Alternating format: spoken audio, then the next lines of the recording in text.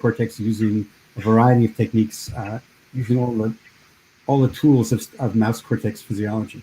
And we're very pleased she's come to give us a talk today, the title of which will be on her slide as soon as she starts sharing slides. Now, before we start, wait a second. One thing is to say that this talk, in this talk, you can ask questions using the Crowdcast feature of Ask a Question at the bottom below the faces of the speakers. There's this Ask a Question button. If you press the button, you can ask a question, and then people can vote about which question they think is most interesting on the side panel. And then when at like 10 or 15 minute or 20 minute intervals, I'll interrupt and try to ask questions, except that there's a burning question that everybody wants to ask all at once. I think with that, everything is being recorded and being streamed. And let's go ahead, Professor Tao. Thanks very much. So go ahead, share your screen and give us your screen. Let me share my screen. Yeah. Okay. Good. Can you see my slide? Yeah. Okay.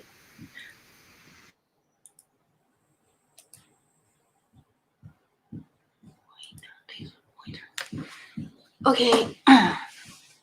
Let's start. Thank you very much for your kind invitation and introduction. I feel very honored to have this opportunity to present my research work to the colleagues in the computational neuroscience field.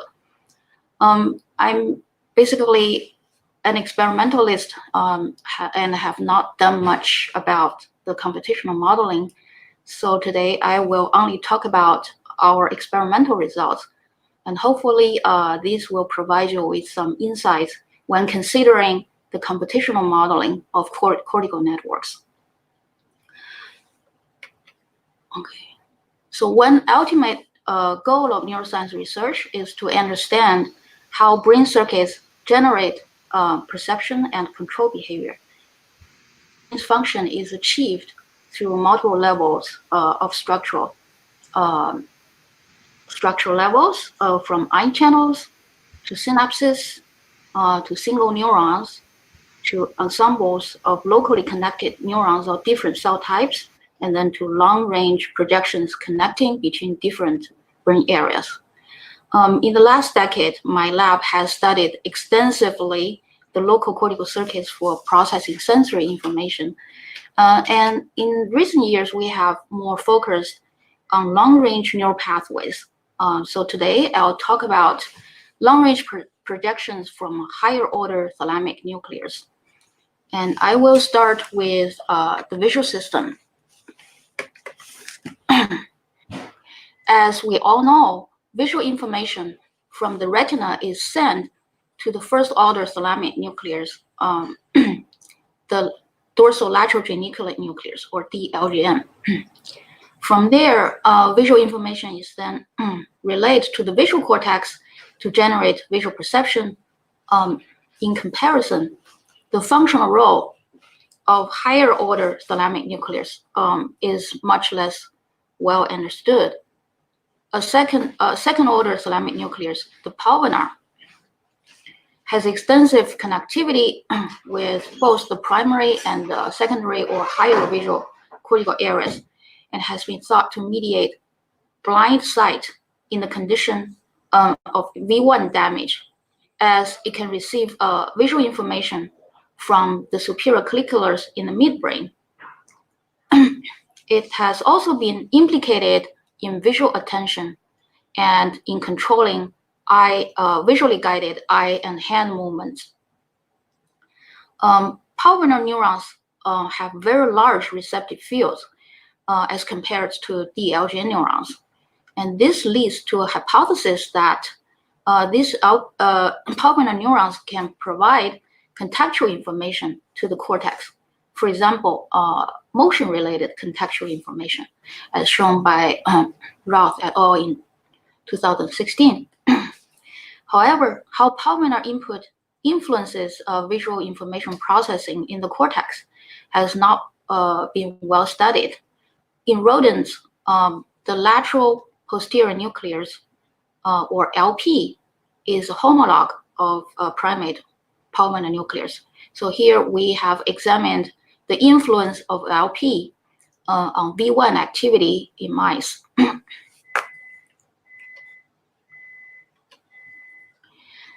So we first tested the functional importance of LP by employing a go-no-go behavioral task. So the mouse was trained to lick upon the detection of a go signal, that is, which is a moving gratings of vertical orientation, while refrained from licking upon the detection of a no-go signal, which is a moving grating of horizontal orientation. The correct performance rate is the sum of the percentage trials of hit and correct rejection. After the animal was well trained, as shown by the increased correct performance rate, we silenced LP by injecting mucimol or by administering CNO after expressing inhibitory dread receptors in LP. And saline was injected in the previous day as a control. So when LP was silenced, we found that the correct performance rate was significantly reduced. And this is due to a reduction of correct rejection rate, while the hit rate remains unchanged. And this result suggests that suppressing the LP activity can impair visual discrimination. And we next checked how silencing LP can affect visual activity in V1, the primary visual cortex. So we performed a single-cell loose patch recording from layer 2-3 neurons in awake mice. We tested orientation tuning by presenting moving gratings of different orientations and directions. And this graph shows the population average of normalized evoked firing rates at different orientations, aligned by the preferred orientation of each recorded cell. Black is for the control condition, and red is after silencing LP with bupivacaine, a voltage-gated sodium channel blocker. You can see that after silencing LP, firing rates to all orientations were increased, suggesting that LP activity has a suppressive effect in layer 2-3 of V1. And this general increase of response level results in a broadening of orientation tuning, as shown by the reduced orientation selectivity index at the individual cell level and also at the population level. In addition, the direction selectivity was also reduced. In the meantime, we didn't see any change in the preferred orientation after silencing LP. And this change in the evoked firing rate was similar at the preferred orientation and at the orthogonal orientation, as shown in the summary here. So this indicates that the overall effect of LP activity is a subtractive suppression. And such effect is consistent with the functional property of LP neurons we have observed. That is, they were not tuned or at most only weakly tuned for orientation, in a sharp contrast to V1 neurons. Therefore, these LP neurons can exert a similar level of suppression at different orientations. We also examined size tuning or size selectivity. So we centered a circular grating pattern on the receptive field of the recorded cell, and varied its diameter. Now, most layer 2-3 neurons exhibited size tuning. That is, they showed a peak response to a certain stimulus size and then reduced their responses when the stimulus size was further increased. And this size tuning can be quantified with a surround suppression index, or SSI, which is determined by the ratio of response levels at the maximum size and at the optimal size. The larger the SSI, and the stronger is the size tuning. So you can see that after silencing LP, there is a general enhancement of response levels, and SSI was reduced, indicating weaker or size tuning. Here shows the population average of size tuning before and after silencing LP, aligned by the optimal size of each cell. You can see that there's a relatively stronger suppression of responses at the largest size than at the preferred size, consistent with the very large receptive fields of LP neurons.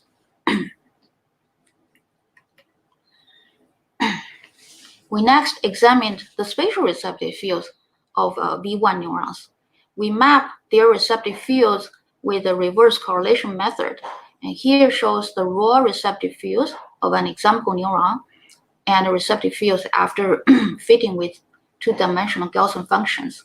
And you can see that not only the receptive field size is increased, but also the overall response level is increased. So here's a summary.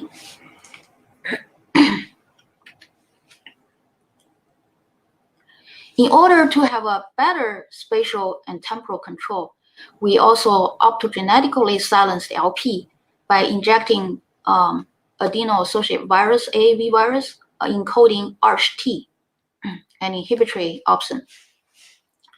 And in vivo recording confirmed that visually evoked responses in LP was greatly reduced by green LED light, by applying green LED light, while the responses in DLGN were not affected. And in layer 2-3 of V1, you can see that suppressing LP activity resulted in an enhancement of visual responses. And we randomized visual stimulation trials without and with coupling LED illumination so that response properties with and without LP silencing could be compared in the same cell. We observed very similar effects when LP was optogenetically silenced. You can see that response levels were increased, orientation and direction selectivity was reduced, and size tuning was weakened. In a short summary, silencing LP deteriorates V1 processing functions as shown by the reduced orientation direction selectivity, as well as the reduced size and spatial selectivity. And notably, and these effects are specific to superficial layers, as in layer 4, we did not see any changes in response level or selectivity level. Conversely, we activated LP neurons by expressing channel rhodopsin 2. We observed opposite effects, that is, a reduction in response level, enhancements of orientation and direction selectivity, as well as enhancement of surround suppression and size tuning. Therefore, activating LP can enhance visual feature selectivity.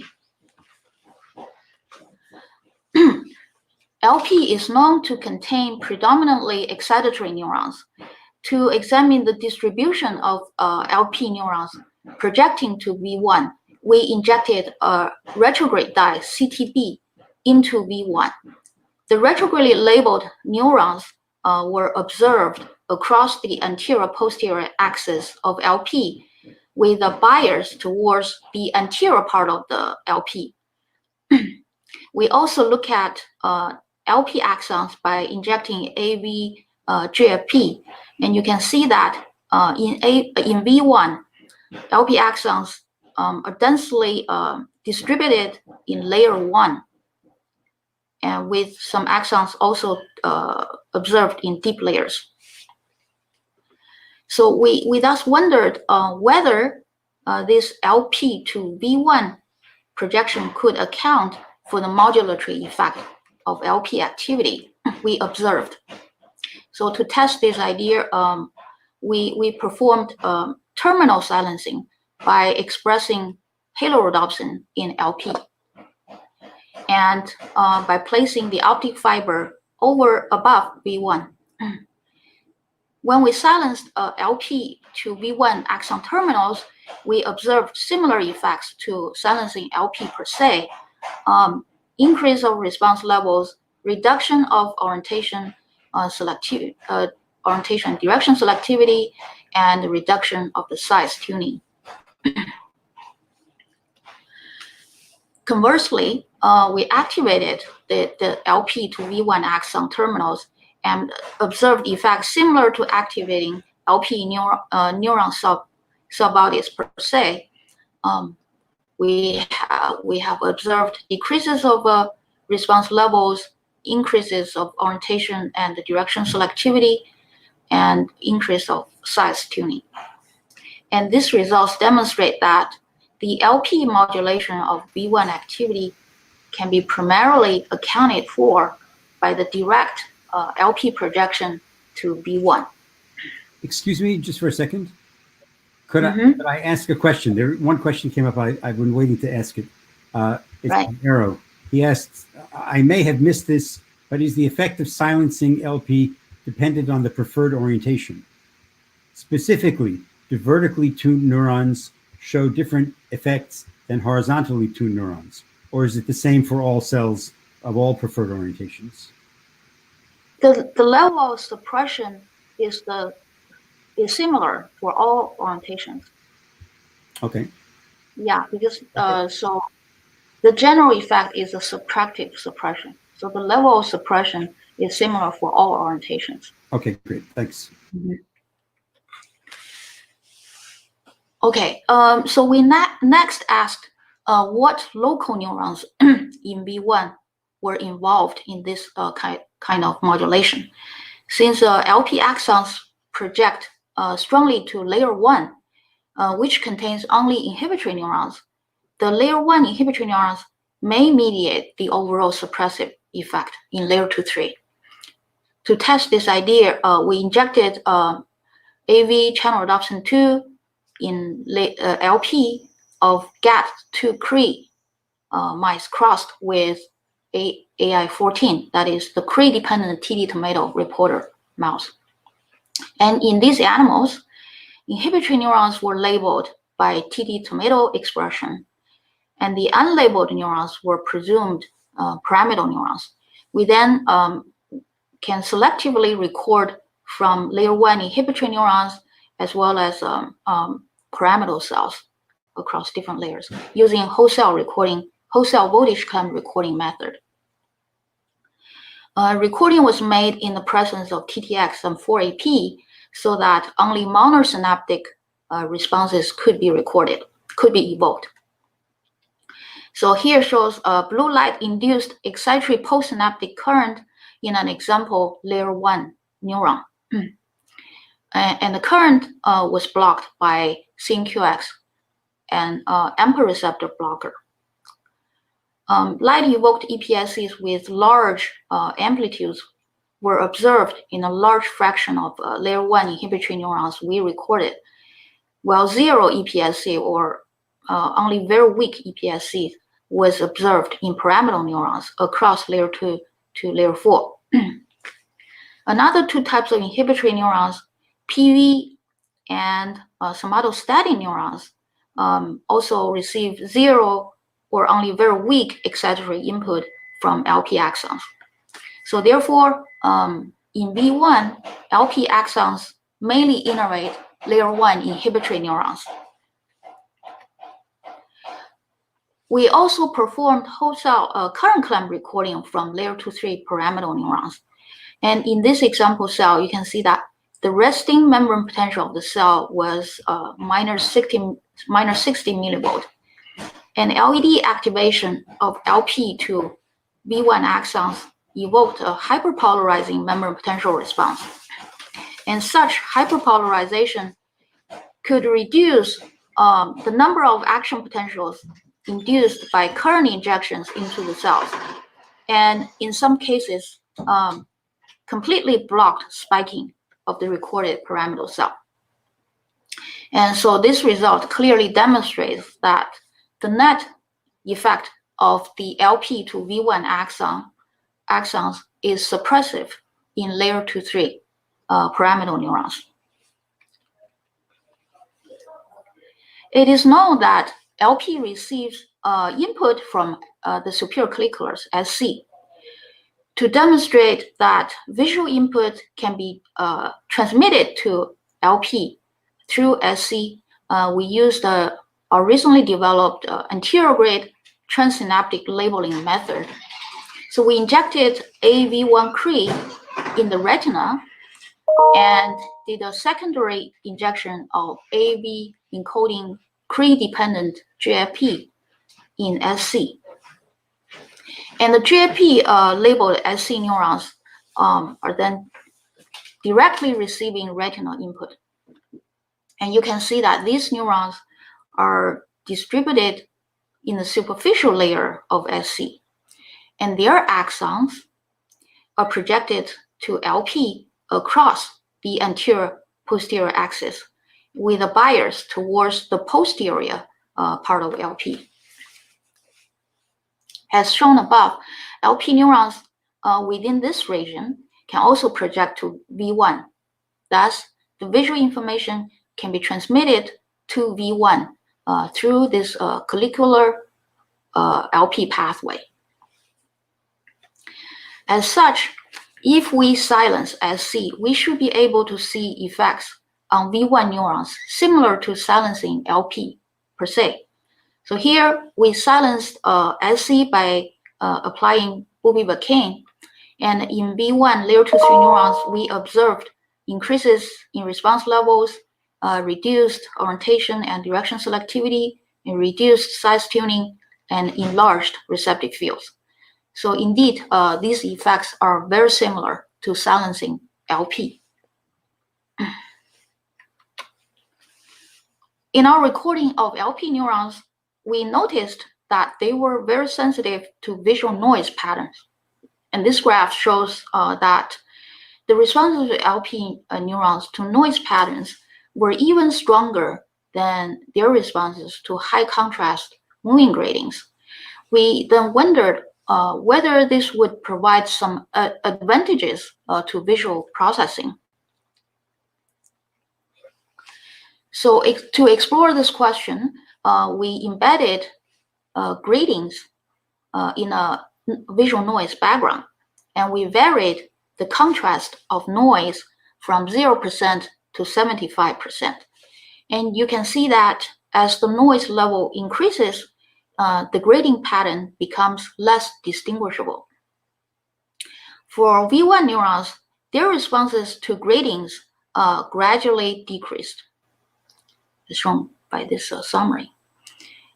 Whereas LP neuron responses were increased. This is the population summary. We then examined orientation selectivity under the noise background. And you can see that in the control condition, which is labeled by the black curve, orientation selectivity of V1 neurons is maintained from low to moderate noise levels, but becomes gradually reduced as the noise background further increases. Therefore, high noise background has detrimental effects on orientation selectivity. And after we silenced LP with Musimo, there was a general decrease of orientation selectivity across different noise level. And most importantly, and you can see that this detrimental effect of noise was accelerated, so that there was already a rapid decline of orientation selectivity when changing from low to moderate noise levels. Therefore, LP activity can help to maintain orientation selectivity under varying noise backgrounds. In summary of above results, we propose a parallel visual circuit model. While visual information from the retina is routed to the primary visual cortex through the canonical retino-genicular layer 4 pathway, there is also a parallel ascending pathway from the retina to SC to LP and then to layer 1 of the visual cortex. And this secondary pathway forms a differential circuit in that it provides subtractive suppression to layer 2-3 neuron, layer 2-3 pyramidal neurons receiving layer 4 input. This results in an enhancement of their orientation selectivity and direction selectivity. In the meanwhile, it provides surround suppression, resulting in an enhancement of size and spatial selectivity. Additionally, in the presence of high visual noise, it helps to counteract the detrimental effects of the noise background and maintain orientation selectivity. Excuse me, could I ask another question just to interpose, because you did a summary at this point? There's a question from Siavash Golkar, and his question is, did you also perform behavioral experiments when silencing or activating LP axons locally in V1? Oh yeah, that's a good question. We haven't done that. We only silenced LP, but yeah, it would be a good experiment to do. But we can also expect the result, I think. Could I ask the question myself? I'm curious about Sure. Whether LP gets any non-visual inputs. That is SC the only input to LP, or are there other sensory inputs to LP besides the collicular one? Sure. Yeah, definitely. I think LP is a multi-modal structure. It receives not only visual input, but also auditory input, as I will show later. But also, I think it receives some other types of modulatory signals, for example, attentional related signals. Ah. Yeah, it's a Great. multi-modal structure. Yeah. Thanks very much. Okay, so for the second part of my talk, I will switch the gear to the auditory system. It has been known that LP is a multimodal structure, right? Several earlier recording studies have found auditory responsive neurons in LP, which exhibit relatively short latency responses. And in our own recording, we also observed that LP neurons can respond to auditory stimulation, such as a white noise pulse. Okay, so by labeling LP neurons with GFP, we found that LP axons are also projected to auditory cortical areas, including the primary auditory cortex, A1. And in A1, LP axons were also mainly distributed in layer 1, as well as in deep layers, similar to those in V1. So we wondered whether LP input could have a similar modulatory effect in A1. To address this question, we expressed ARCH-T in LP and optically silenced LP neurons. And we performed a loose patch recording in layer 2-3 of A1 and mapped their tonal receptive fields by presenting pure tone pips of varying frequencies and intensities. So here shows the tonal receptive field of an typical layer 2-3 neuron in the LED off and LED on conditions. You can see that this cell exhibits the typical V-shaped receptive field, and the red arrow indicates the characteristic frequency of this cell. You can see that when LP was silenced by the LED light, the tonal receptive field was enlarged, and the response levels was generally increased, as shown by the PSTH, the peristimulus spike time histogram, for its responses to the characteristic frequency tone.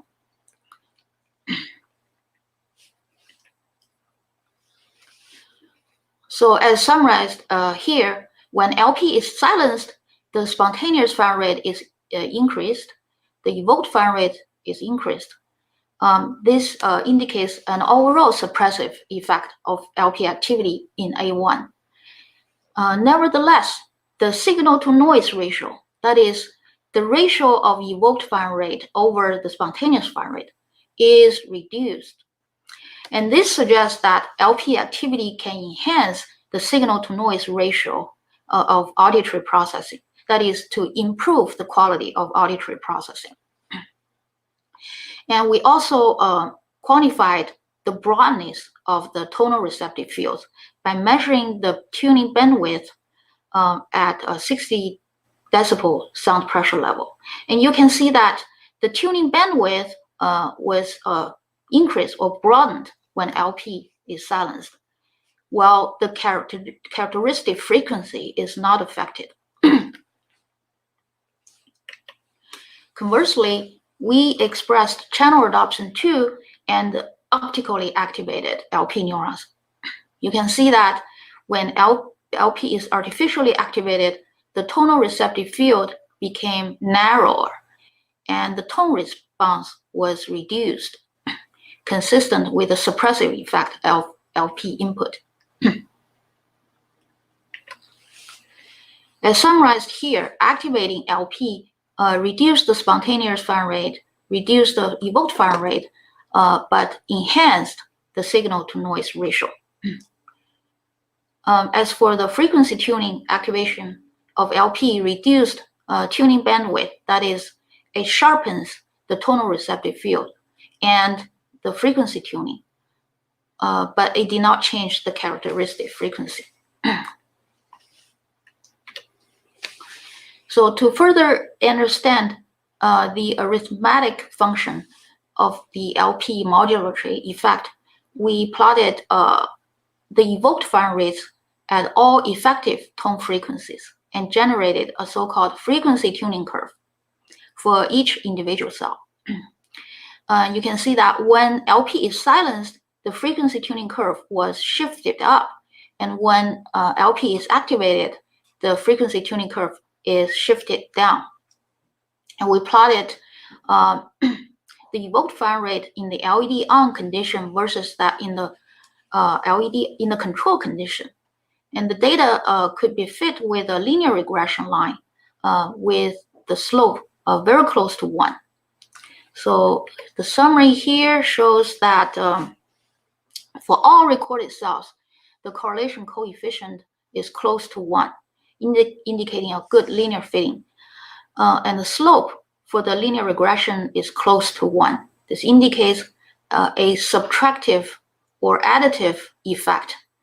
And the y-intercept is above 0, is all above 0 in the case of LP silencing, indicating a shifting up of the frequency tuning curve, while it was all below 0 in the case of LP activation, indicating a shifting down of the frequency tuning curve. Therefore, similar to V1, in A1, the LP input exerts a subtractive suppression effect. By placing the optic fiber above A1, we silenced or activated the LP axon terminals in A1, and this generated similar effects to silencing or activating LP per se. And you can see a similar subtractive or additive function in the response changes. And therefore, the LP modulatory effect is mediated primarily by the LP to A1 projection. We further explored the involvement of local circuits in A1. We optically activated LP axons in A1 and recorded from pyramidal neurons or different types of inhibitory neurons. And we found that layer 1 inhibitory neurons received very strong direct excitatory input from LP axons, whereas none of the pyramidal neurons received the LP input. A subset of PV neurons also received direct LP input, while none of the recorded somatostatin neurons did so. So here shows a summary of connection probability between different types of A1 neurons and LP axons. It's clear that in A1, LP axons preferentially innervate layer 1 inhibitory neurons and maybe to a lesser extent PV neurons in layer 2-3.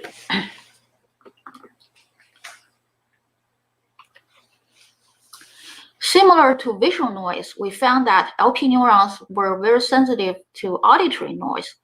And here shows the increase of the evoked fire rate with increasing the noise intensities. These neurons can respond very strongly to high-level noise. We then examined how noise background might affect A1 responses to tones. So we embedded tone pips within a noise background of different levels.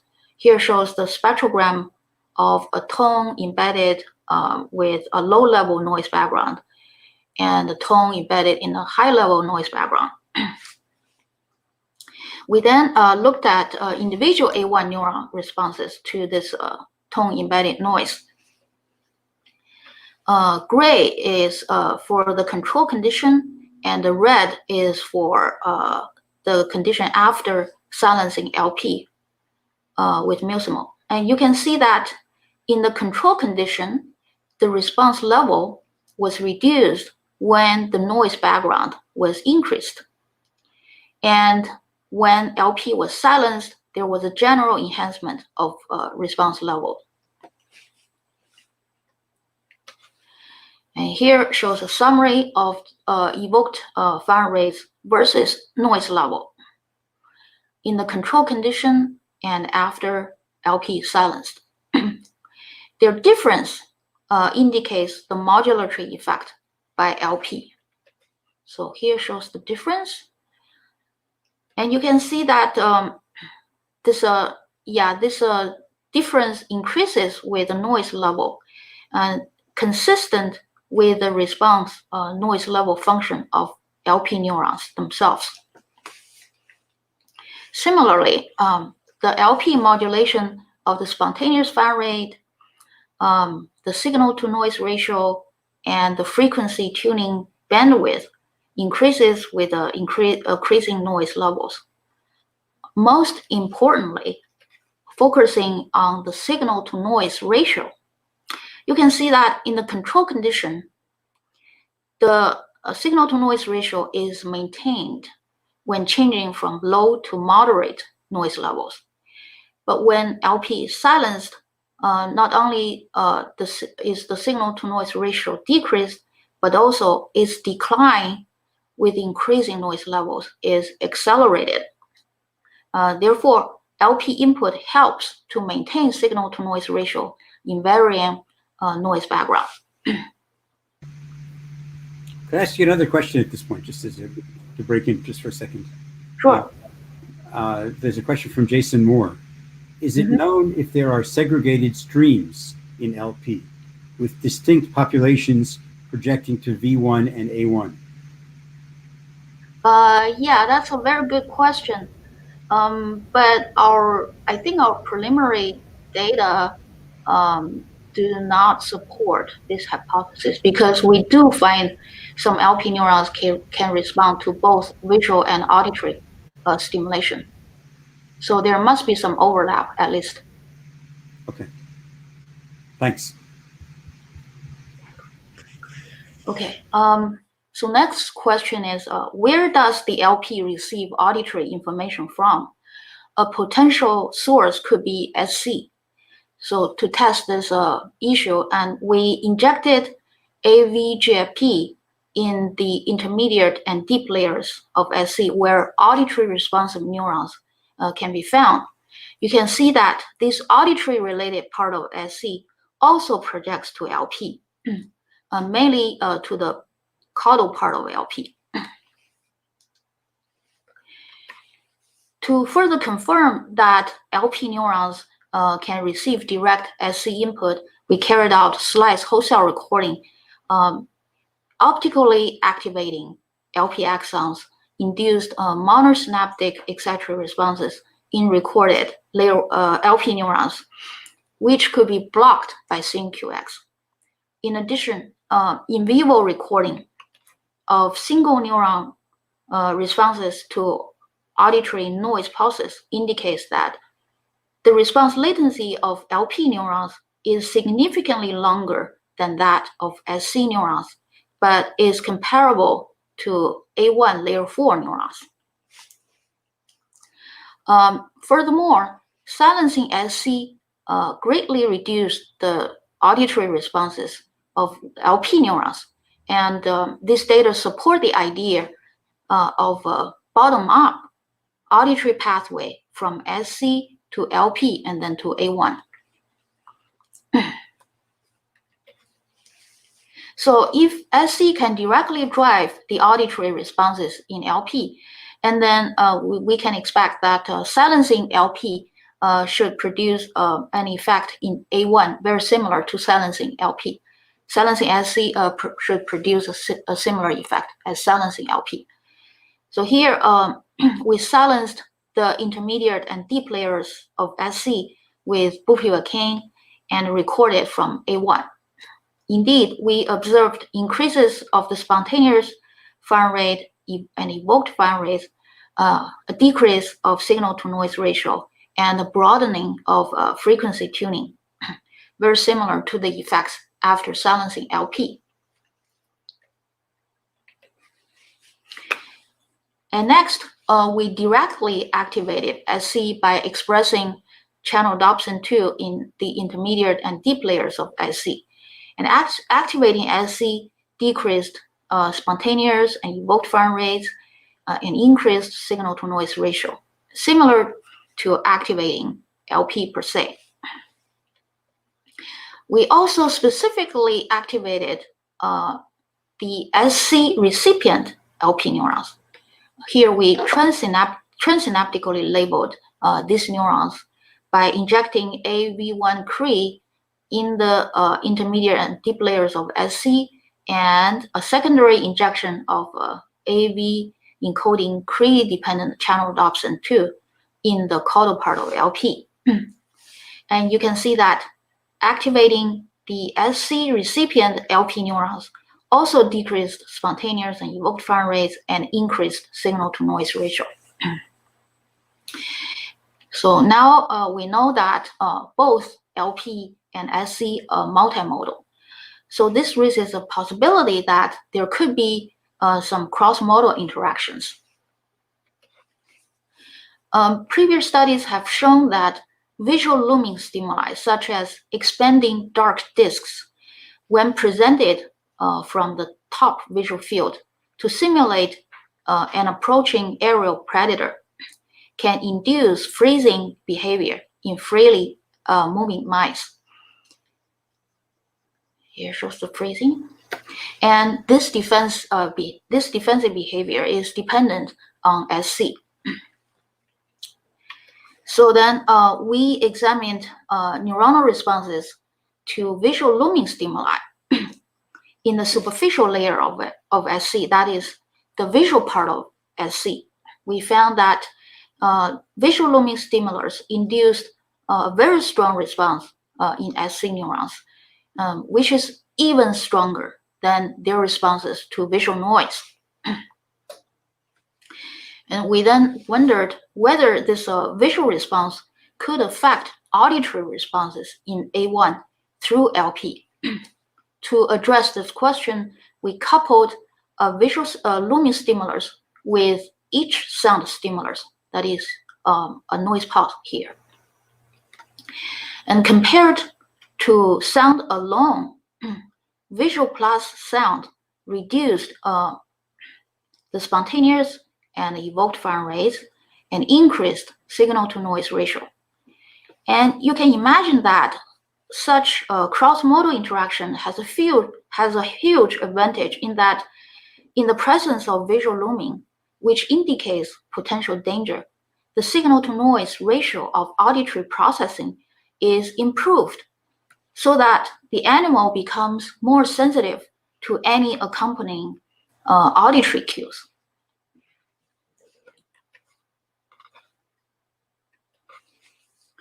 To test whether this cross-modal modulatory effect is mediated through LP, we silenced LP with mucimol, and this blocked this modulatory effect of visual looming. Now you can see that there's no difference between sound alone and sound plus visual conditions.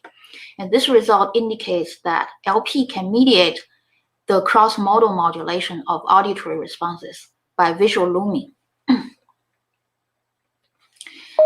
So now we can summarize all the results with a circuit diagram to illustrate the Colliculo-Pulvino-Cortical Interactions. Visual signals such as visual noise and visual looming reach the superficial layers of SC and then relate to V1 through LP, which can modulate visual information processing within V1. Auditory signals such as auditory noise, reaches the intermediate and deep layers of SC and then relate to A1 through LP, and which can modulate auditory information processing within A1. Such a cross-modal interaction may occur at the level of SC, LP, or indirectly through the projection from A1 to B1, as we have shown previously in a study published in 2016. In any case, the final outcome is that these interactions lead to an enhancement of the salience of the relevant sensory information. And more importantly, layer 1 of the cortex plays a critical role in mediating the modulatory effects of such long-range projections. Our previous study has demonstrated that layer 1 is actually a multi-modal layer. For example, layer 1 neurons in the visual cortex can respond to auditory and somatosensory stimulation. They can also be driven by locomotion-related and very likely attention-related signals. So this cortical layer, in my opinion, is a very interesting target awaiting for extensive future studies. Could I ask you a question at this point, just for a second? Sure. About your wiring diagram. From what you said before, couldn't the auditory effect on V1 be mediated through LP, not necessarily through A1? Couldn't there be an auditory crosstalk to V1 via the LP neurons that are responsive to both vision and right? That's true. Yeah. So, but yeah, this auditory modulation can be directly mediated through LP. Yeah. But here, there's another pathway, right, through A1, and then from A1 to B1, and this is probably another pathway that can also affect B1 response. Right. Yeah. So I think it's in general, it's a combination of two possible pathways. Okay, so finally, acknowledgement. Yeah, the part of the work I present today was carried out mostly by 3 graduate students. Qi, he performed in vivo experiments, mostly in the visual cortex, and Xiaolin performed experiments in the auditory system, and Bo, he performed all the in vitro slice recording experiments. And this work was in collaboration with Dr. Li Zan in USC. Yeah, that's it. So thank you very much for your attention, and I will be happy to take further questions. Yeah, now we're open the floor for more questions if you have some, please. Yes. Okay, everything's been quiet so far. Okay, well, if there are no more questions, I guess we'll applaud and say thanks very much. Applause. And well, Jason put up a sign for applause. But yeah, thank you for the invitation. Yeah, unfortunately, I couldn't visit your campus this time. Hopefully, yes, it's terrible. I really had hoped to have a long talk with you, but the way it's turned out, this is our interaction during your talk and afterwards. Sorry about that. It's okay. Yeah, we have similar situations. So all the seminars I actually done through Zoom meetings. So yeah, there are many applause. If you look in the, I don't know if you can see on the right hand side, there's lots of applause in the. Oh yeah, I saw it. Oh, thank you very much. Yeah, I saw it. Wow.